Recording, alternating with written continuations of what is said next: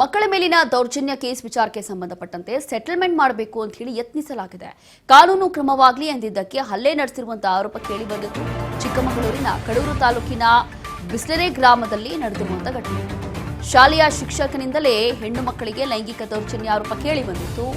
ಮಕ್ಕಳಿಗೆ ಅಶ್ಲೀಲ ವಿಡಿಯೋಗಳನ್ನು ತೋರಿಸಿ ವಿಚಿತ್ರವಾಗಿ ಪ್ರಶ್ನೆ ಕೇಳ್ತಾ ಇದ್ದಂಥ ಶಿಕ್ಷಕ ಖುದ್ದು ವಿದ್ಯಾರ್ಥಿಗಳೇ ಹೋಗಿ ಆತನ ವಿರುದ್ಧ ದೂರನ್ನ ಕೊಟ್ಟಿರ್ತಾರೆ. ಪೋಷಕರ ಹತ್ರ ಹೇಳಿರ್ತಾರೆ. ಶಿಕ್ಷಕನ ವಿರುದ್ಧ ಗ್ರಾಮಸ್ಥರು ತೀವ್ರವಾಗಿ ಆಕ್ರೋಶ ಹೊರಹಾಕಿದ್ರು. ಕಾನೂನು ಕ್ರಮಕ್ಕೆ ಆಗ್ರಹ ಮಾಡಿದರು. ಮಕ್ಕಳ ಕಲ್ಯಾಣ ಅಧಿಕಾರಿ, ಬಿಇಒ, ಪೊಲೀಸ್ ಸಭೆ ನಡೆಸಿ ತೀರ್ಮಾನ ಮಾಡಲಾಗಿದೆ.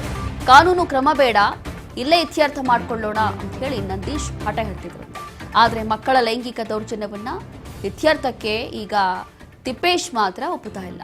ಇದೇ ಕಾರಣಕ್ಕೆ ತಿಪ್ಪೇಶ್ ಎಂಬುವರ ಮೇಲೆ ನಂದೀಶ್ನಿಂದ ಹಲ್ಲೆ ಕೂಡ ಮಾಡಲಾಗಿದೆ ಅನ್ನೋದು ಗೊತ್ತಾಗ್ತಾ ಇದೆ. ಈ ಸಂಬಂಧ ಯುಗಟಿ ಪೊಲೀಸ್ ಠಾಣಾ ವ್ಯಾಪ್ತಿಯಲ್ಲಿ ಈ ಕುರಿತು ಪ್ರಕರಣ ಕೂಡ ದಾಖಲಾಗಿದೆ. ಪ್ರಕಾರ ಆಗಲಿ, ನಮ್ಮ ಸಂವಿಧಾನದ ಪ್ರಕಾರ ಏನಿದೆ ಅದೇ ಪ್ರಕಾರ ಕಾನೂನು ಪ್ರಕಾರ ಆಗಲಿ, ಅವ್ರೇನು ಮಾಡ್ತಾರೆ ಮಾಡ್ಕೊಳ್ಳಿ ಬಿಡು ಅಂತೇಳಿ ಅವ್ರಿಗೆ ಹೇಳಿದೆ. ಅವನು ನನಗೆ ಅವಾಚ್ಯವಾಗಿ ಒಯ್ದ. ನಾನು 4 ಮಾತಾಡಿದೆ.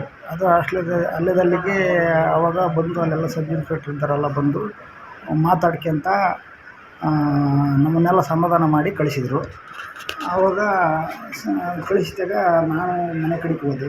ನಾನು ವಿಚಾರಕ್ಕೇನು ಬರಲಿಲ್ಲ. ಮತ್ತು ಆಮೇಲೆ ಮಾರನೇ ದಿವಸ ಅದೇ ಮತ್ತಷ್ಟು ಡೀಟೇಲ್ಸ್ ಕೊಡ್ತಾರೆ ನಮ್ಮ ಪ್ರತಿನಿಧಿ ಮಧುಸೂದನ್. ಈಗ ಮಕ್ಕಳ ಮೇಲಿನ ಈ ದೌರ್ಜನ್ಯ ಅಂತಂದ್ರೆ ಈ ಒಂದು ಕೇಸ್ ಇತ್ತೀಚೆಗಷ್ಟೇ ಬೆಳಕಿಗೆ ಬಂದಿತ್ತು. ಇದರಲ್ಲಿ ಅಲ್ಲಲ್ಲೇ ಸೆಟಲ್ಮೆಂಟ್ ಮಾಡ್ಕೊಳ್ಳೋಣ, ಕಾನೂನು ಪರವಾಗಿ ಹೋರಾಟ ಮಾಡೋದು ಬೇಡ ಅನ್ನುವಂಥದ್ದು ಈತನ ಒಂದು ಪ್ರೆಷರು. ಅದರ ಜೊತೆಗೆ ಅದನ್ನ ಬೇಡ ಅಂತ ಹೇಳಿರೋರಿಗೆ ಹಲ್ಲೆ ಕೂಡ ಮಾಡಿದ್ದಾರೆ ಅನ್ನೋಂಥ ಆರೋಪ. ಇದು ಎಷ್ಟು ಸತ್ಯ, ಏನಾಗ್ತಾ ಇದೆ?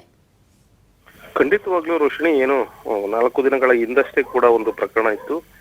ಅದಕ್ಕೆ ಅದರ ಬೆನ್ನಲ್ಲೇ ಈಗ ಅದರ ಸೆಟಲ್ಮೆಂಟ್ ಅನ್ನ ಕೂಡ ಮಾಡುವ ನಿಟ್ಟಿನಲ್ಲಿ ಗ್ರಾಮಸ್ಥರು ಹಾಗೂ ಶಿಕ್ಷಕರ ನಡುವೆ ಒಂದು ಮಾತುಕತೆ ಆಗಿರುವಂತದ್ದು.